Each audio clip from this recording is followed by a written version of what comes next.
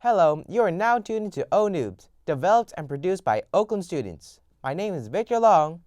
And I'm James Hong. Today we're going to talk technology, the potential danger in overusing internet, and why this little good buddy is so special. This ONews is going to be hopping.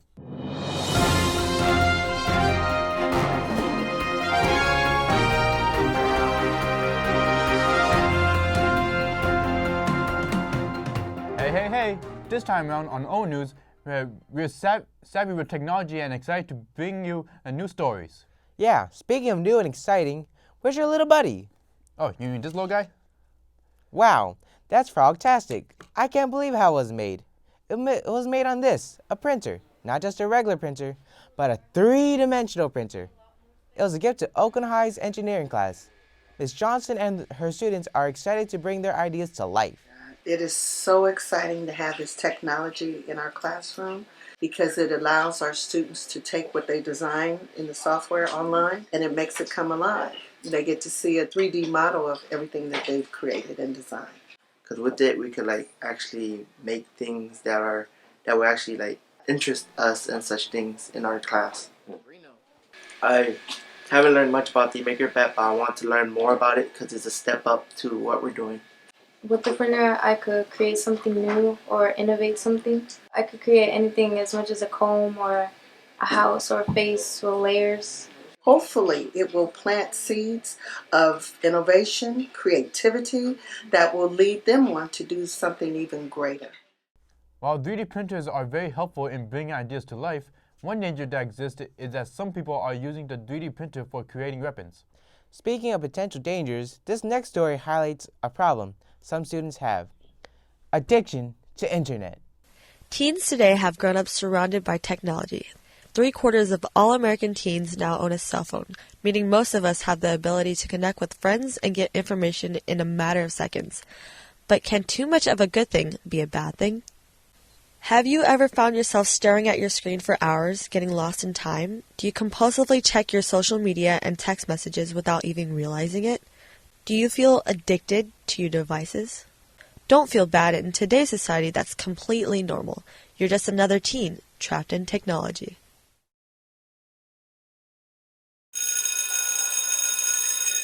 Good morning, Oakland International. It is now time for class. Put away your cell phones and electronics and go to second period. Thank you. Many schools are trying to limit technology use during school hours so students can focus on their education and not social media. I don't like students to use phones because it's a distraction. It takes them away from their education. My rule is no cell phones, period. But just putting our phones away is easier said than done. A lot of teens spend almost every waking moment on their phones from the time they wake up to the time they go to sleep. Without it, many teens feel empty. When I don't have my phone, I feel depressed and bored. If there is no access to internet, well, for me, probably gonna feel like I'm in jail. I just feel like I'm missing out a lot, so yeah, I feel like I need it by my side all the time. Today's teens spend more than 7.5 hours consuming media each day, and all those hours staring at the screen may be affecting us more than we know. Research shows that those who are the heaviest users of technology have lower GPAs, get less sleep, and have higher levels of anxiety. Dr. Larry Rosen is a professor of psychology at California State University in Dominguez Hills. He says that anxiety comes from a fear of missing out. There's this constant sense of anxiety of, oh wait, did I check my Instagram today? Did I check my Reddit today? Did I check this? Did I check that? And what they're trying to do is continually check in to make sure they're not missing out on something. Many teens suffer from internet addiction and don't even realize it, or they're too afraid to admit it. Has this ever happened to you? You sit down, ready to do your homework, then you get a notification, you check it, get distracted, and then, oh look, it's 12 a.m. and you got nothing done. Every time I get a text or a notification, I feel like it really takes my whole time, and I don't start homework till 11. I usually go to sleep at 1. So how can you study without being distracted? Well, Dr. Rosen has some very helpful tips to help you focus. What you have to do is start by learning to turn it off. Turning it on silent but keeping it close as a signal to your brain that says, don't get anxious, you'll get to check me soon. Just focus on what you're studying for 15 minutes. Pretty soon, as you get comfortable going 15 minutes without checking in, increase it to 20 and 25 and maybe 30. If you can get to 30 minutes in between times that you check in, that's pretty good. You're going to get better grades. You're going to feel less stressed. You're going to feel less anxious all the time. And then the other piece of advice is set a time an hour before you're going to go to sleep. Check your phone, check everything. Let everybody know that you turn your phone off and put it in another room. Plug it in the kitchen, plug it in another room, and do not look at it until you wake up in the morning. No one is telling you to throw away your electronics. Technology is a huge part of our lives, and most of us can't live without it. But make sure you're using your phone, and it's not using you. Wow, can't it get any worse than that? Actually, I think it can get worse. Here's Malachi and Malik and their dramatic take on internet addiction. I'm just here to help you is all. You help me, I help you, he helps you, you help us. Who helps who? Shut up!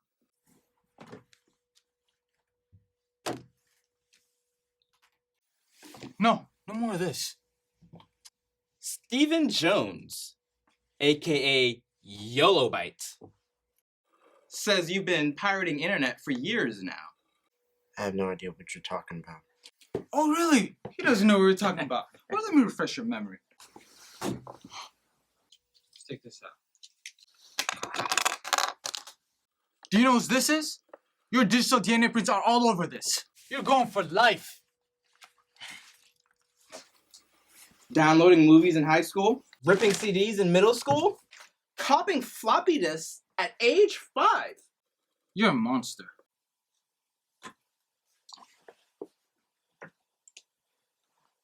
He's breaking down already.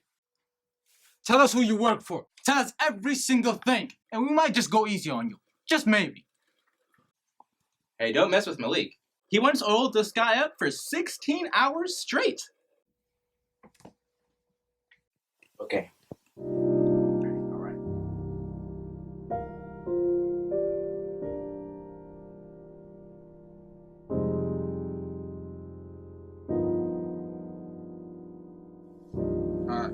I'll write down everything you told us. Every single thing.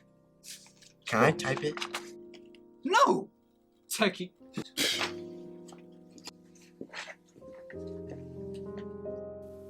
The internet can be fun, but if you're not careful, you can easily become addicted to it just like Steve Jones did.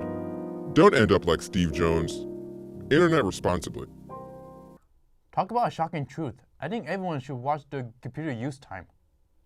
Speaking of dangers, this next story takes a look at the popular game Flappy Bird.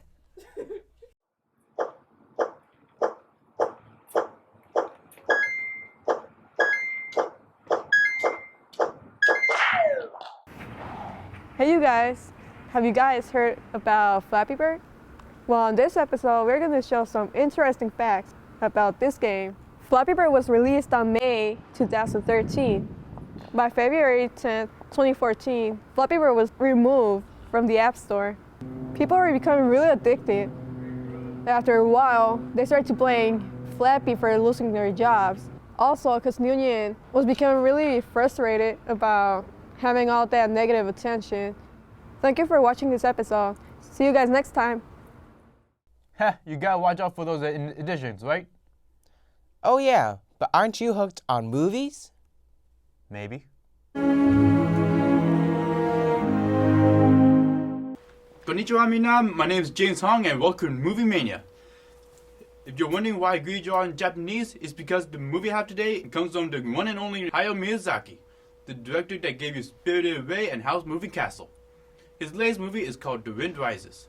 It's a heartwarming movie about an airplane designer who dreams of piloting his own plane, but couldn't because of his nearsightedness. It may not sound interesting at first, but Miyazaki hasn't let us down before, so why start now? This movie stands out from Miyazaki's other films because it's not a fantasy movie. It's about a boy trying to chase his dream. This movie even has historical Japanese events featured in the movie, like the TB outbreak and the Great Kanto earthquake. And no, not the Kanto for Pokemon. What doesn't stand out though is the beautiful artwork just like all of his other films. If you don't believe me, see for yourself.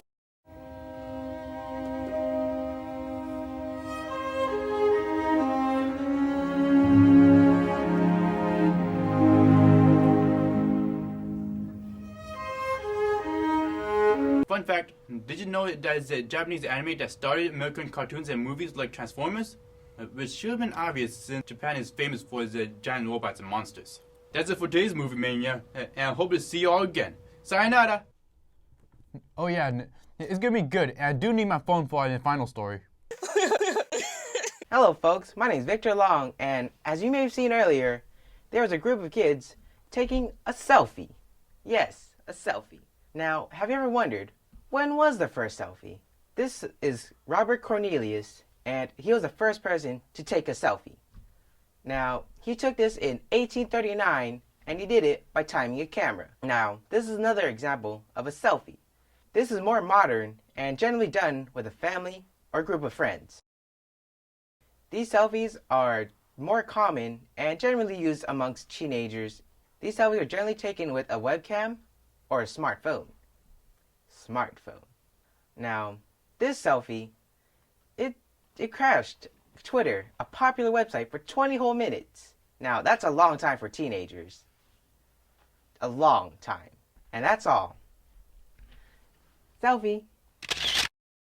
Be sure you take the best pictures before putting them on the internet. Take care, everyone. Be sure to tune in to ONews and keep watching our student-produced stories. Selfies.